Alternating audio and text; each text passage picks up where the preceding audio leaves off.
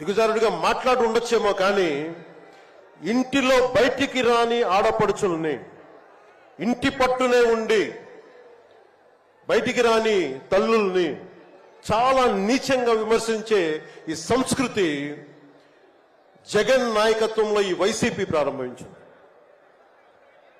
ఎంతమంది కన్నీళ్లు పెట్టుకున్నారు, ఎంతమంది స్త్రీలు బాధపడ్డారు.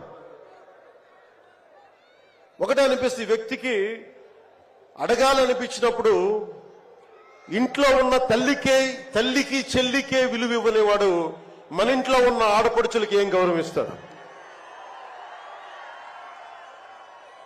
ఇంట్లో తల్లికి చెల్లికి విలువ ఇవ్వనేవాడు 30,000 మంది ఆడపిల్లలు అదృశ్యం అయిపోతే ఏం పట్టించుకుంటాడు? మొన్న 22 ఒక సంవత్సరంలోనే ఎన్సీఆర్బీ డేటాలో దాదాపు 10,000 మంది